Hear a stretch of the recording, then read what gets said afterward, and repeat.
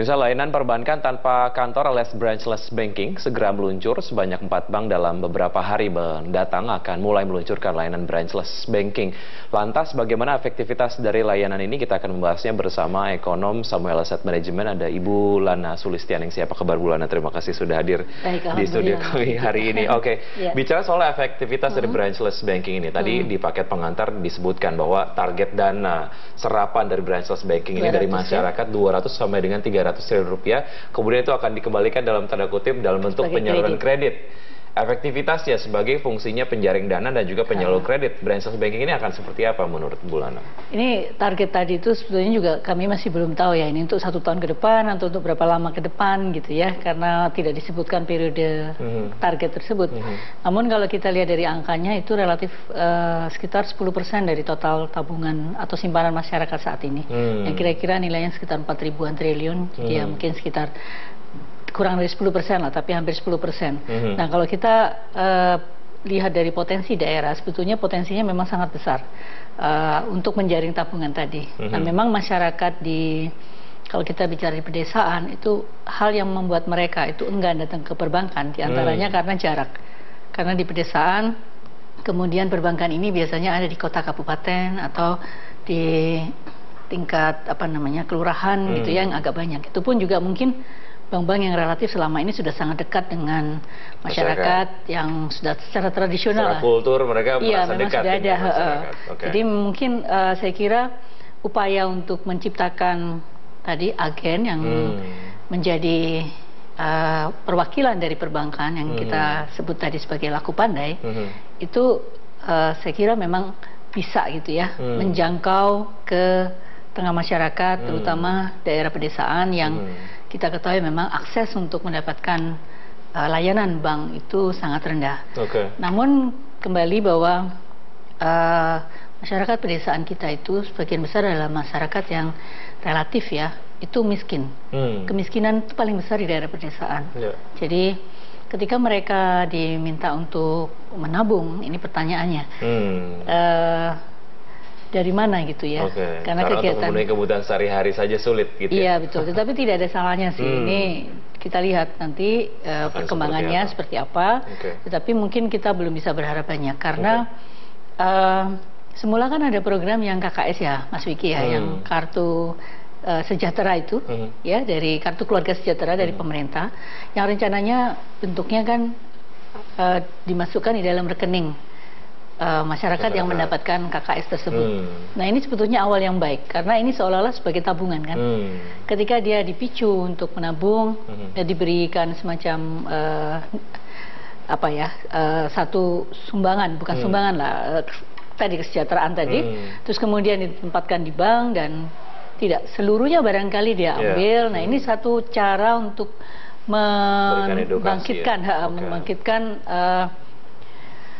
habit ya, kebiasaan menabung gitu. Iya betul. Karena kalau tidak diikuti dengan edukasi, kemudian kebiasaan baru untuk menabung, ya kita mungkin butuh waktu lebih lama lah untuk melihat efektivitasnya. Selain untuk menjaring dana, ada fungsi lain untuk menyalurkan kredit. Ini juga kemudian adalah satu fungsi yang sudah dijalankan oleh banyak BPR di beberapa daerah. Betul. Akan seperti apa nanti pengaruhnya? Akankah kemudian branchless banking dengan BPR ini nantinya akan bersaing atau seperti apa Bu Lana?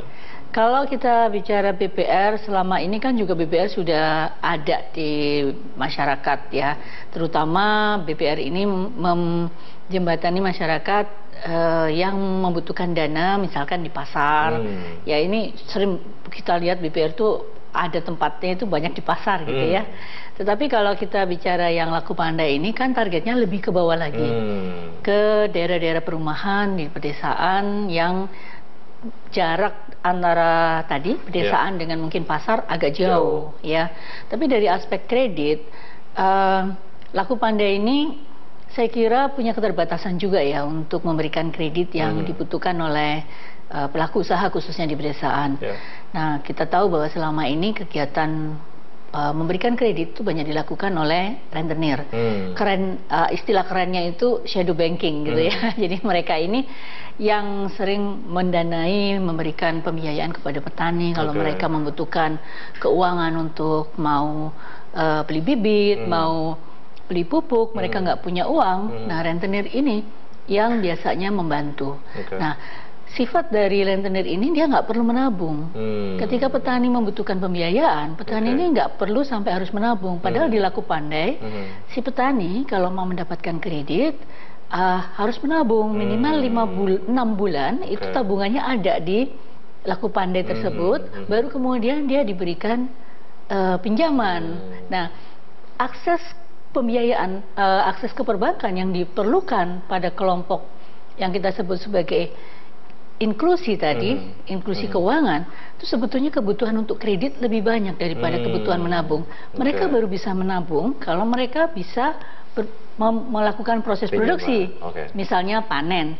Tapi sebelum panen, mereka butuh pinjaman.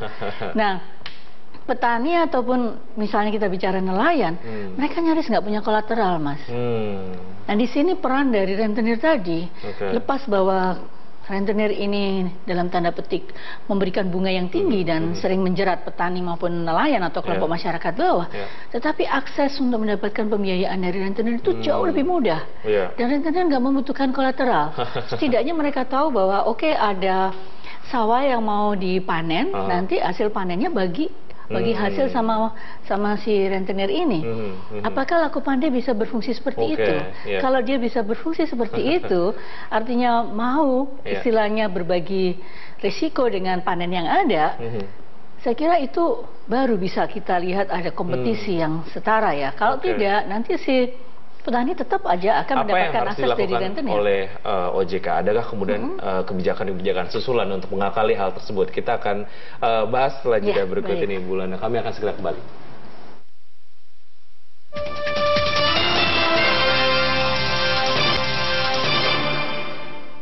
Ya, kembali di dialog kami hari ini terkait dengan efektivitas dari branchless banking dan masih bersama Ibu Lana Sulistianingsi, beliau adalah ekonom dari Samuel Asset Management. Oke, terkait beberapa kondisi yang Anda tadi sebutkan di segmen sebelumnya, adakah kebijakan-kebijakan susulan yang kemudian juga mungkin bisa diterapkan oleh OJK untuk mengakali kondisi-kondisi tersebut, Bu Lana? Ya, kalau kita bicara tadi dari aspek kredit, memang karakteristik dari bank yang menerapkan 5C. 5C itu yang utamanya adalah kolateral.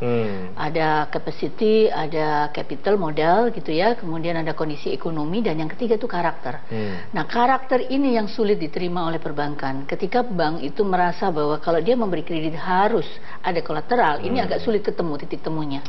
Nah, bank perlu karena mereka masuknya ke segmen mikro tadi, sangat mikro tadi ya. Sangat mikro ya, lebih dari sekedar mikro gitu ya.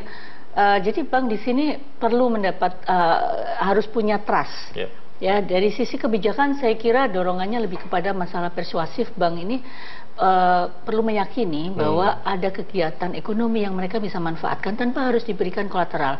Mungkin pemberian kreditnya secara bertahap dari kecil sampai besar ya. Saya ada salah satu bank tapi saya nggak bisa sebut namanya di sini. Dia menggunakan model dari kegiatan kredit yang dilakukan oleh pemberi kredit di daerah Garut tuh, Mas. Jadi mereka yang mendatangi rumah ke rumah dan itu memberikan kredit, bukan menarik tabungan.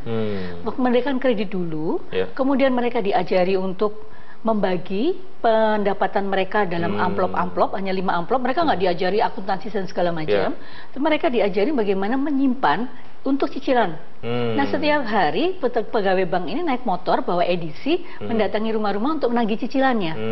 Nah, cara yang seperti itu rupanya sangat efektif dan NPL-nya sangat rendah untuk bank ini, yaitu hanya sekitar 0, nggak sampai 1%, 0,0 di segmen tersebut, di segmen tersebut. Dan lama-kelamaan mereka ini bisa dipercaya. Jadi masalah trust di sini yang karakter tadi. Karakter di mana bank itu perlu percaya pada si peminta kredit tadi bahwa mereka akan mengembalikan.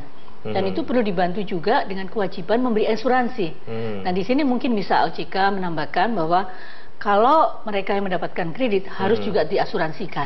Nah, diasuransikan dalam arti apa? Karena masyarakat kita yang di yang bawah ini ya, yang masuk dalam kategori inklusi, itu seringkali takut untuk pinjam ke bank, takut nggak bisa bayar, kemudian rumahnya diambil. Ya, tapi kalau dia pinjam ke rentenir, sebetulnya lebih berat, kolateralnya juga bisa sampai ke anak cucu gitu ya, ditagih terus gitu ya.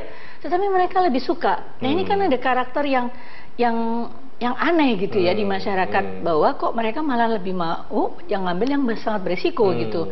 Nah, di sini bank atau pihak OJK mungkin bisa memberikan semacam kewajiban bahwa kredit itu harus disertai dengan asuransi, sehingga ketika misalnya yang meminjam ini meninggal, dia sudah terasuransi sehingga pinjamannya itu sudah bisa dianggap lunas gitu ya.